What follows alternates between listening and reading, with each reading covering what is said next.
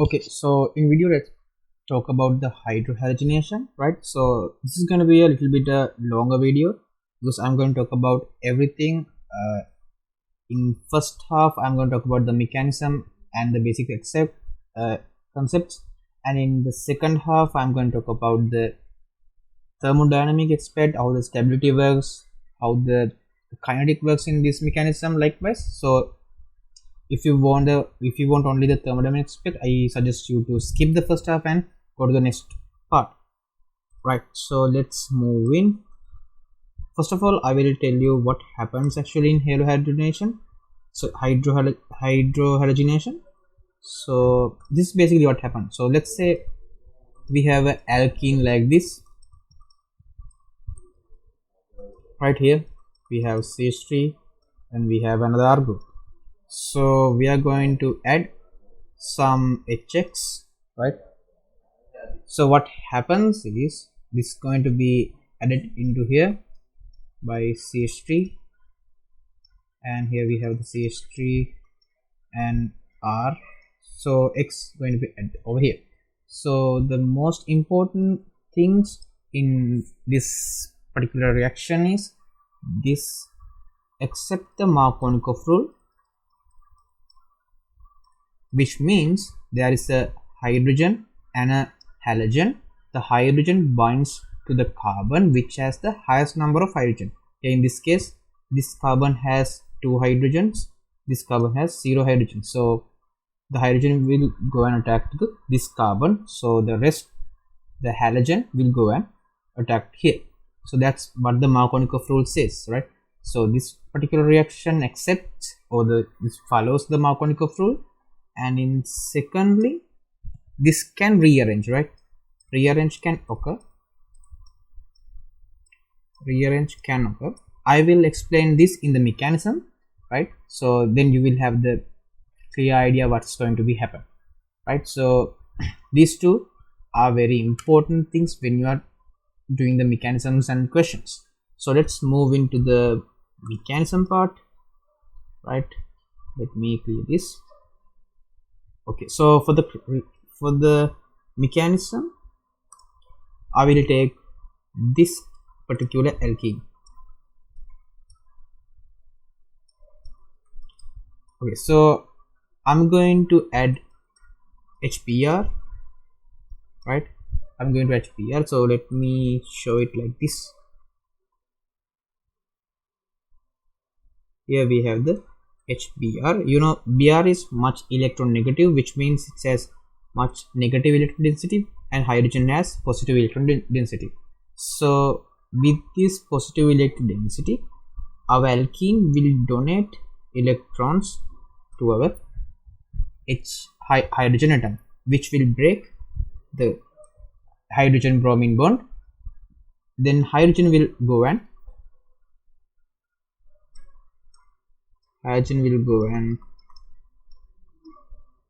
attach to one of these carbons, right? As you can see, this hydrogen can go and attach to either this one or this one. So you can see that there can be 2 products are forming. So here's our newly formed hydrogen, and this product is also can form our newly formed hydrogen and CH2 plus. So these are cations. So in this case, let's say what cation is most stable, right? So you know the methyl groups, or we can say R groups. R groups has a small effect on pushing electrons. So if our cation is like this, our positive charge is on this particular carbon, you can see this methyl group can donate electron density to diminish this positive charge, to neutralize this positive charge. So when comparing these two, right, this particular compound has 2 methyl groups to diminish or decrease this positive charge, but this only has one side, right? So in this case, this carbocation especially much stabilized compared to this one. That's why we are saying in the mechanism only this product is forming, or we can say this is the major product, right? This is the major product. This is the that is the minor product. So this is the major product, this is the minor product, right? So we will forget this product because it's actually very little amount is forming from that, so we can just forget it. Then now our product is like this. Okay, so now here we have our bromine anion. So this electron will go and attack to our carbon over here, so which will give us the final product like this.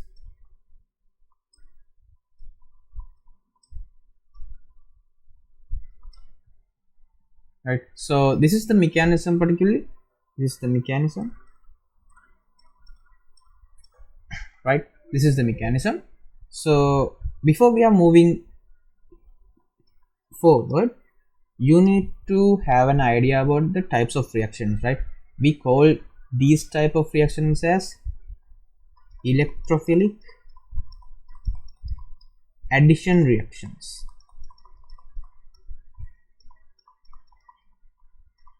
Right. There are 4 types of reactions actually. Electrophilic addition, this is the first type, and we have electrophilic substitution, then we have nucleophilic addition, and finally we have nucleophilic substitution.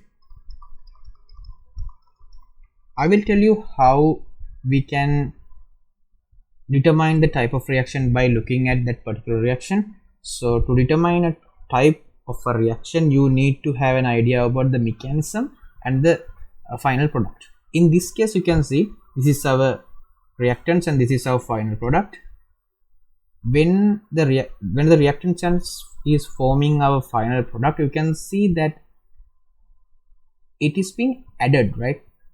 The H has been added into our molecule. That's why we are saying it's an addition reaction. If there is a component is leaving this our original compound and the external compound is added to that particular place, we call it as substitution. So by looking at the overall reaction, we can determine whether it's addition or substitution. So in this, the electrophilic or nucleophilic part, we need to look at the mechanism. So here this is a little bit complicated. In basics chemistry, right? We can normally say the most of the time this is our compound. So the first component attached to our compound, here the first component externally attached to our compound is H+, which is an electrophile. So that's how we say this is an electrophilic. From this we can say addition. So electrophilic addition reactions. So this electrophilic part, I mean that the electrophilic or nucleophilic part is not 100% correct, right? It is based on the rate determining step and other factors. So basically for most of the time this is correct. You just need to look at the compound in the mechanism. Just look at the compound and see what component, whether the first adding component is electrophilic or nucleophilic. On that case, you can easily say whether the reaction type is electrophilic or nucleophilic and whether it's addition or substitution by looking at overall reaction. So this is the mechanism for hydrohalogenation. So now I'm going to talk about the thermodynamic aspect. If you do not need the thermodynamic aspect, I highly suggest you to skip the video. Do not waste your time here. So let's look at the thermodynamic aspect.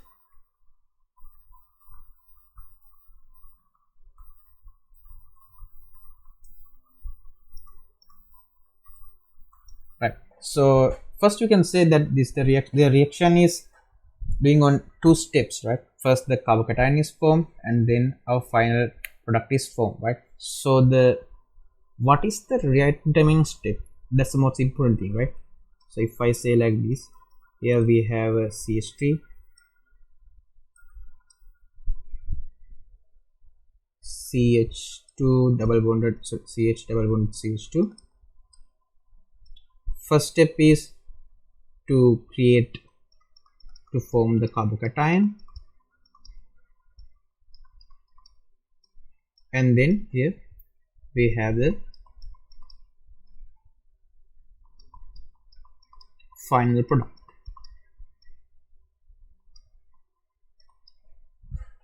Right, so in this case, this is our first reaction and this is our second step. So you can easily find which is the rate determining step, right? So let's take the first step. Here we have a reactants and it's forming carbocation, and the second step, the carbocation is forming our final product. Which is the most unstable one over here? This should be the unstable one, right?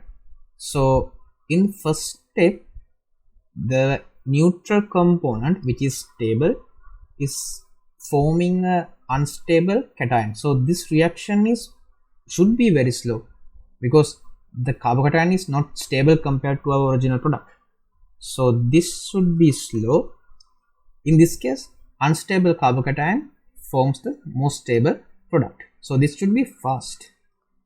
So in that case, we can say this is the rate determining step.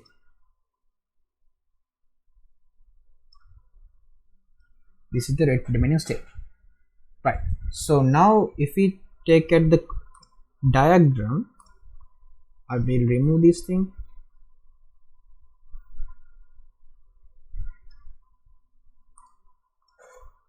So let me take a color. Right, here we have the energy. So as initial, here we have the product. So first step is the rate determining step, which means the activation barrier is much larger. So here we have our carbocation,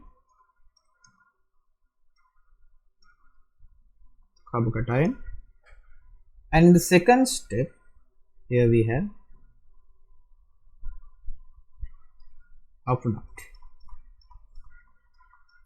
right? So this is our energy barrier for the first step, and here the energy barrier for the second step.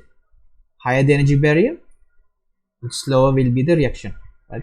So this separation over here, how we can say whether our reaction is exothermic or endothermic? Here, yes, we can say that after the reaction, the product is much stabilized, which means the energy is being released. So this we call as exothermic. Energy is being released. If energy is being absorbed, then we call as endothermic. So how we can say this is exothermic? We can particularly say, right? So here, to break a bond, right? To break a bond, you need energy. You need to absorb energy to break a bond. To form a bond, you need to release energy, because the forming a bond means the stabilization. The stabilization means the releasing of energy.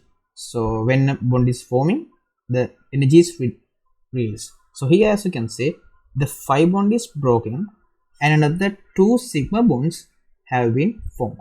So one bond is broken and 2 bonds are forming. So the net should be releasing energy. That's why we can say this is exothermic. So you need to have a small idea about those things. These aspects can be evaluated in your exams. Right, so now let's look at some examples and I will explain how that rearrangement works in here.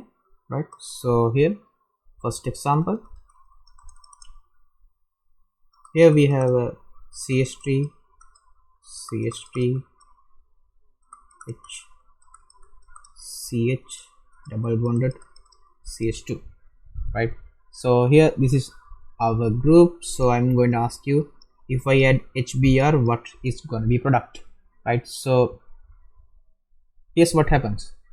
This reaction should accept, or this reaction should follow the Markovnikov rule, which means the hydrogen will go and bound to the most substituted carbon, which means hydrogen will go and bind to the most hydrogenated carbon, In this case, this has one hydrogen, this has two hydrogen, which means the hydrogen will go and attack in this carbon. So here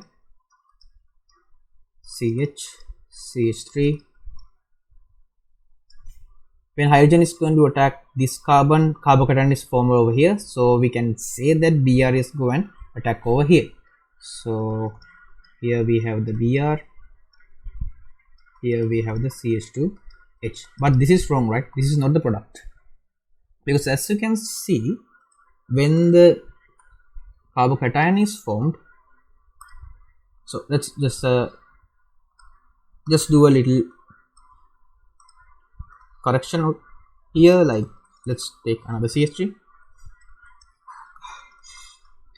Here the carbocation is formed over here. So before the Br is going to attack here, rearrangement can occur. This methyl group over here, it can rearrange or it can change its position to this carbon over here to give a much stabilized form of carbocation, like this.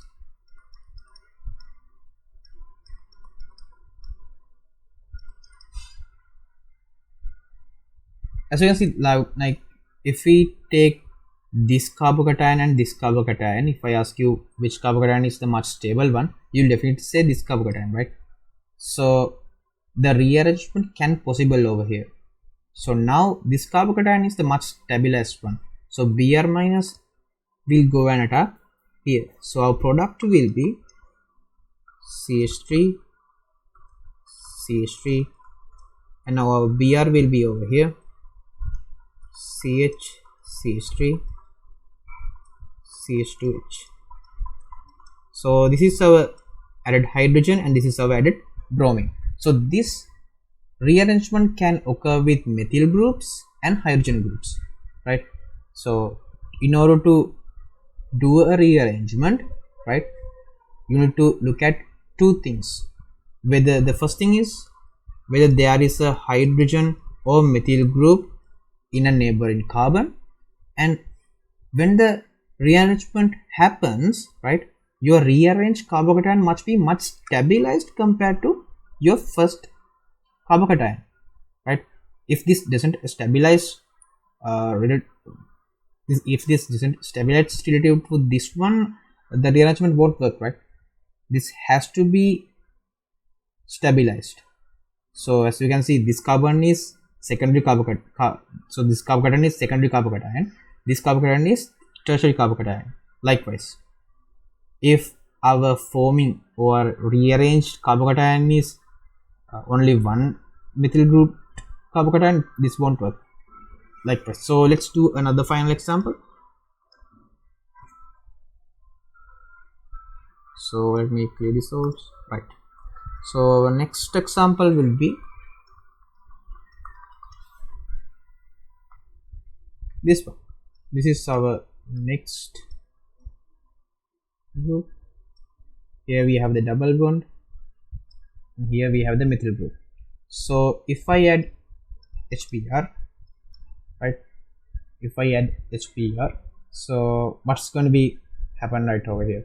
So there can be actually react products, but let's move on with it. Like, first of all, our bond will be broken, so our hydrogen will attack over here, and now carbocation is forming here, but as you can see, there's a methyl group over here, right, which means this carbocation here, like there's a hydrogen also. So in this time, if our carbocation forms over here, in this time a hydrogen will be repositioned at this carbocation to form our rearranged product. So here now our positive charge is over here. As you can see, like this is our first carbocation and this is the rearranged form. Rearranged form is much stabilized compared to this one, so rearrange can possible. So the in here the methyl shift won't be occur, right? If you think about it, if for hydrogen the methyl is shifted over here, then this won't occur because the methyl is here, positive charge is here, not stable. Both are the same. So like this case, the hydrogen should be the one which shifting the position. So now the positive charge is here, so a bromine can attack that place. So here we have hydrogen over here, and here we have the bromine which is added. Likewise, this is called the rearrangement or methyl shift, hydrogen shift. Only hydrogens and methyl groups can shift, right? Any other groups cannot do that. So I hope you have that idea. So in next video, let's move towards much more reactions of alkenes.